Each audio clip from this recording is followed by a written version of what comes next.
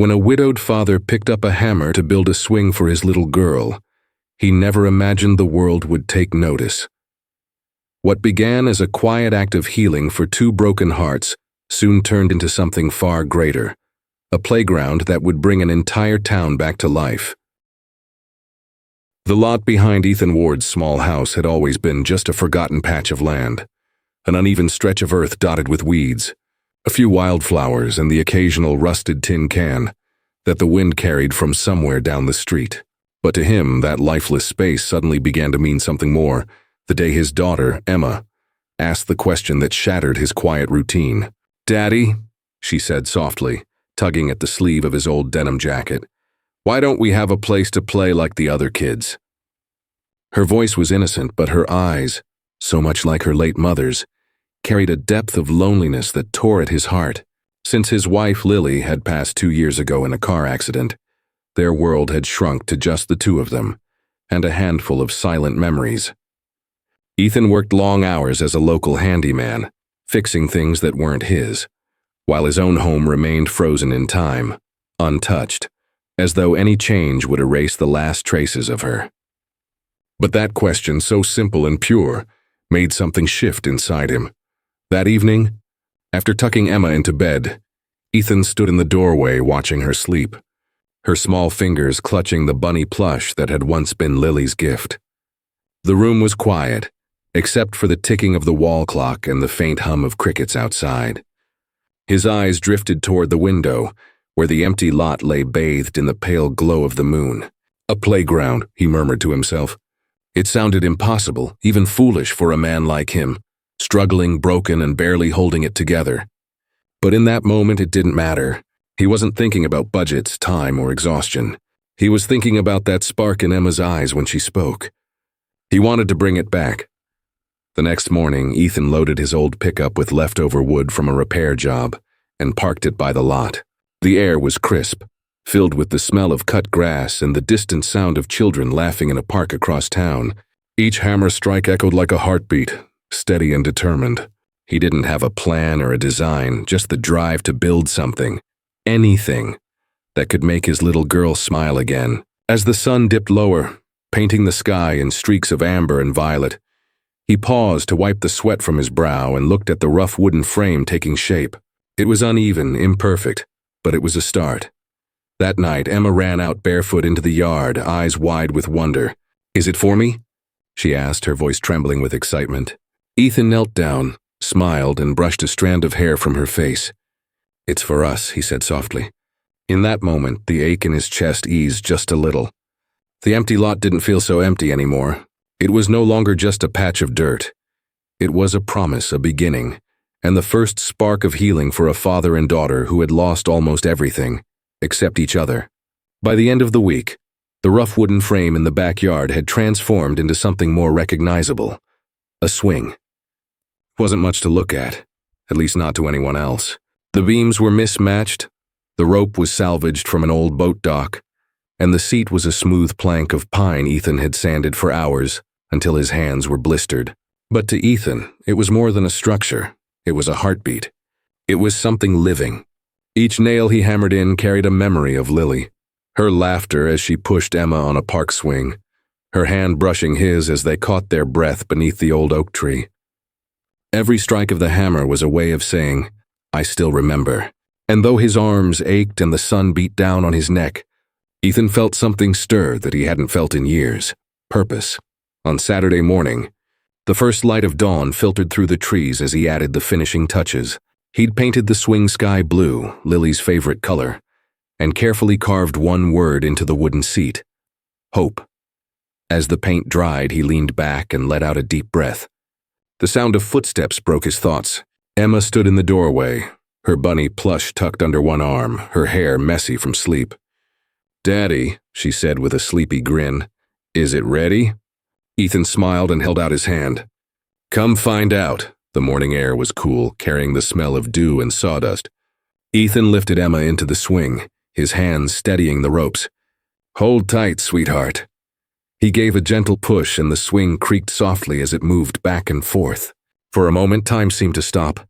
Emma's laughter rose like music, bright and free, cutting through the silence that had haunted their home for so long. Her hair shimmered in the sunlight, and her smile, wide and fearless, brought tears to Ethan's eyes. It wasn't just joy he was seeing. It was healing.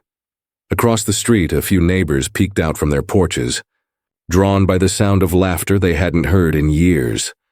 Mrs. Green, an elderly widow who often fed the stray cats, waved and called out, "That's a fine swing you've built, Ethan." He chuckled, a little embarrassed but proud nonetheless. She crossed the street and handed him an old can of mint green paint. "I was going to throw this away," she said kindly, "but maybe you can use it to paint the fence." Her small act of kindness lit a spark in him, the same one Lily used to talk about, the kind that spreads when hearts connect. By evening, the once empty lot looked alive. The fence was half painted. Emma was asleep in a chair with her bunny tucked under her chin, and Ethan stood silently watching the swing sway gently in the breeze. The world felt lighter, as if the weight on his chest had shifted just enough for him to breathe again. He didn't know it yet, but that single swing, the one built out of love, grief, and hope, was about to change not just his life, but the heart of the entire town. By the following weekend, the swing had become the most magical place in town, at least in Emma's eyes. Every morning she ran to it with the same excitement she once reserved for her mother's embrace. Her laughter carried across the neighborhood, echoing down the quiet streets where joy had long been a stranger. Ethan would sit nearby, mending a fence post or sanding a new piece of wood, stealing glances at her with a quiet smile tugging at his lips.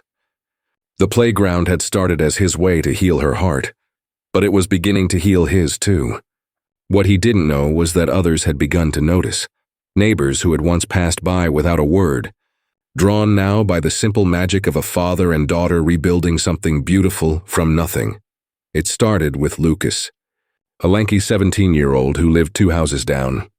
He approached Ethan one afternoon, shovel in hand, and said shyly, "Mr. Ward, I can help you dig for the slide base. My dad says I should do something useful with my weekends." Ethan hesitated. He wasn't used to help, but when he saw the earnest look in the boy's eyes, he nodded. "Grab a spot," he said with a grin. Within hours, the two were working side by side, sweat dripping, laughter bubbling between them. Later that day, Mrs. Green returned, this time with a tray of sandwiches and a jug of lemonade. "You've started something wonderful, Ethan," she said warmly. "Don't stop now." And soon, more people followed. By midweek, the once silent lot had turned into a small hive of activity. A local carpenter, Ben, donated planks of cedar wood from his workshop. Lily, a young art teacher who'd recently moved to town, offered to paint murals of clouds, animals, and rainbows along the fence. Children brought their toy shovels and tiny buckets, insisting on helping too, their giggles filling the air like music. Ethan found himself giving instructions, measuring, planning, a craftsman once more. It was strange and wonderful to see the community gathering around him, united by something that had begun as an act of grief. Emma became the heart of it all. She handed out paintbrushes, ran errands for the adults, and made everyone laugh with her tiny, bossy voice. "Daddy says this one needs to be strong enough for big kids too," she declared, pointing at a half-finished seesaw. People couldn't help but smile. Ethan watched her from afar, his chest swelling with pride and gratitude. For the first time in years, he felt part of something bigger than his own sorrow. When evening came and the sun dipped low, Ethan stood in the center of the lot. The half-built playground glowed gold under the sunset, the scent of fresh paint and cut wood filling the air. He turned to Lucas and said quietly, "You know, I thought I was building this for one little girl. Turns out maybe I'm building it for everyone." Lucas nodded, smiling. "Guess hope's kinda contagious, huh?" Ethan chuckled softly, feeling the truth in those words. The lot that had once been silent and forgotten now pulsed with life, laughter, and the promise of a brighter tomorrow. The morning the storm came, the sky looked strange, heavy, gray, and uncertain, like the world was holding its breath. Ethan had been up since dawn, tightening bolts and reinforcing the slide, with Emma humming quietly beside him. She was painting tiny white stars on the swing's wooden frame, her little hand speckled with paint. "It's gonna be the prettiest park in the world, Daddy," she said proudly. Ethan smiled, brushing her cheek with his thumb. "It already is, sweetheart. But as he glanced at the horizon, dark clouds rolled in like a slow tide. The wind shifted, carrying a low rumble that made the half-built wind chime above them tremble. He knew the rain was coming, but he didn't know it would be the kind that tests everything he'd built, including his hope. By noon, the first drops began to fall, light and scattered. Ethan told Emma to head inside and grabbed a tarp to cover the tools. Within minutes, the drizzle became a downpour. Sheets of rain slashed across the lot, the kind of storm that soaks you in seconds. He tried anchoring the swing, securing the slide, but the wind howled through the beams, tearing at everything they'd made. The paint bled down the wood like tears, and one by one the swings began to sway violently, snapping from their ropes. Ethan stood in the middle of it, drenched, powerless, his work undone before his eyes. He could barely see through the torrent, but he could feel the same ache that had haunted him since Lily's death, a sense that no matter what he built, life would always find a way to take it. When the storm finally began to fade, Ethan dropped to his knees in the mud, exhausted. The playground was ruined. The fence was half collapsed, the murals washed away, the sand pit a puddle of murky water. Emma ran out barefoot, clutching her bunny, tears streaming down her face. "Daddy, our park, it's gone," she cried, voice breaking. Ethan gathered her in his arms, his heart aching. "I'm sorry, baby," he whispered. "I tried." For the first time in weeks, the hope that had carried him flickered weakly, like a candle fighting the wind. He thought maybe this was life's way of reminding him. Some things just weren't meant to last, but then something unexpected happened. From the street came the crunch of boots on wet gravel. Mrs. Green appeared first, holding an umbrella in one hand and a toolbox in the other. "Looks like you could use some help," she called out, smiling despite the drizzle. Behind her came Lucas, Ben, and half the neighborhood, armed with hammers, ropes, paint cans, and determination. "You didn't think we'd let a little rain stop us, did you?" Lucas shouted. Ethan stared, stunned as they began working, lifting planks, draining water, fixing what the storm had broken. Even in the gray light there was warmth. Emma giggled through her tears, handing out nails like a tiny foreman. As Ethan stood there, surrounded by people who refused to give up, something inside him shifted. Maybe hope wasn't about building something perfect. It was about building something together, even when it breaks. The rain kept falling softly, but this time, it didn't feel like an ending. It felt like a new beginning. The morning of the grand opening arrived with sunlight so pure, it felt like a blessing. The storm was long gone, leaving behind a freshness in the air, the smell of wet earth, new paint, and hope. Ethan stood at the edge of the lot, now completely transformed into something beautiful. Emma's park. What had once been a patch of weeds and broken dreams was now a vibrant playground full of life. Swings swayed gently in the breeze. The slide gleamed under the morning sun, and murals of clouds, birds, and smiling faces stretched across the fence, painted by dozens of hands that had come together for something bigger than themselves. A handmade wooden sign stood proudly at the entrance, carved by Ethan himself. It read, "Emma's Park, built by love." Beneath the words, Emma had added her small, wobbly signature in bright yellow paint. By mid-morning, the entire town had gathered. Parents, children, teenagers, and elders, people who had once passed one another without so much as a smile, now filled the space with laughter and chatter. Tables of lemonade and cupcakes lined the sidewalk, and colorful balloons floated near the entrance gate. Lucas had built a small wooden platform for Emma to stand on, and Mrs. Green held a pair of child-safe scissors, gleaming in the sunlight. Ethan knelt beside his daughter, adjusting the little flower crown she wore. His voice was thick with emotion. "You ready, Pumpkin?" he asked.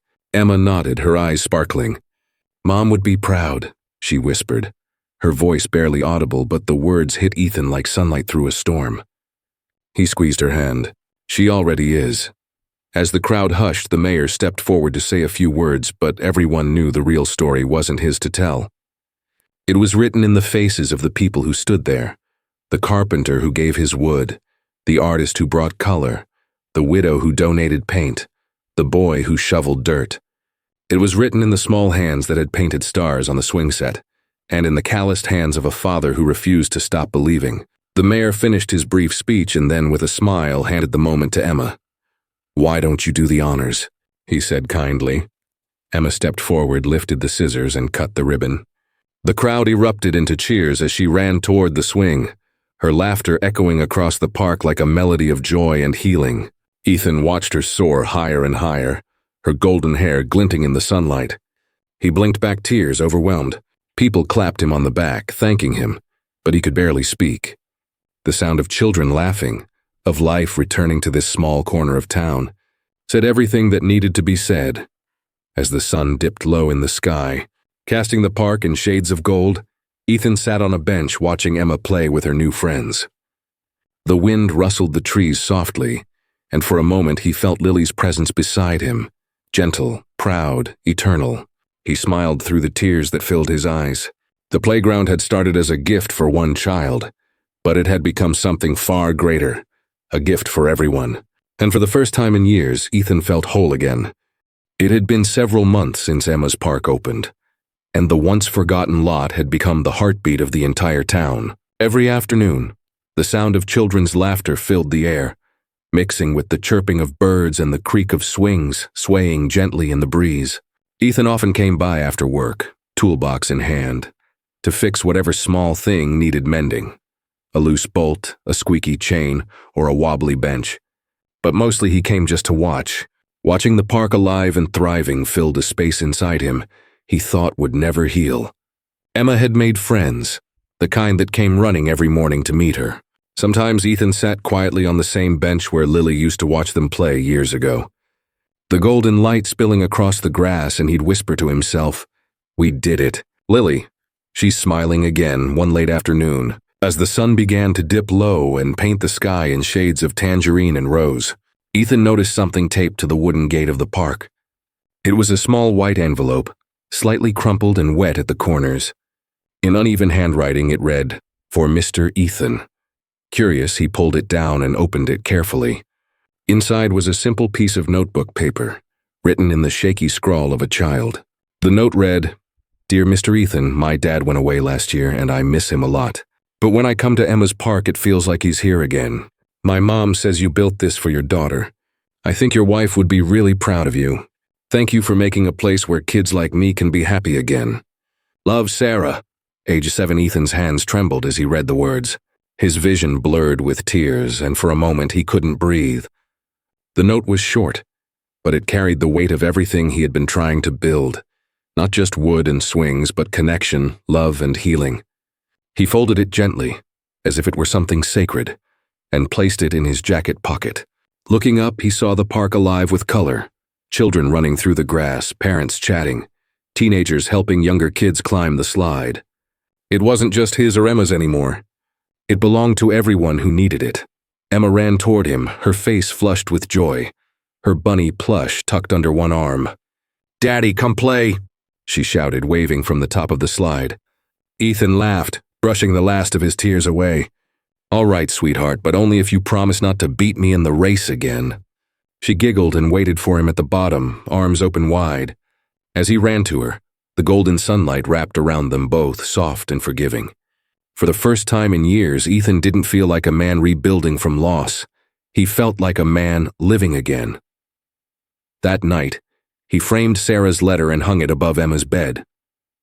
It reminded him that grief could build something beautiful when shared, and that love, no matter how broken, could still grow roots in unexpected places. The park had started as a tribute to one family's loss, but it became a monument of hope for everyone. And as Emma drifted off to sleep, Ethan whispered a quiet prayer of thanks, knowing that somewhere beyond the stars, Lily was smiling too. If this story touched your heart, don't forget to like, share, and subscribe to Drew Daily Stories, where every tale reminds us that love, loss, and hope can build something beautiful when we choose to care.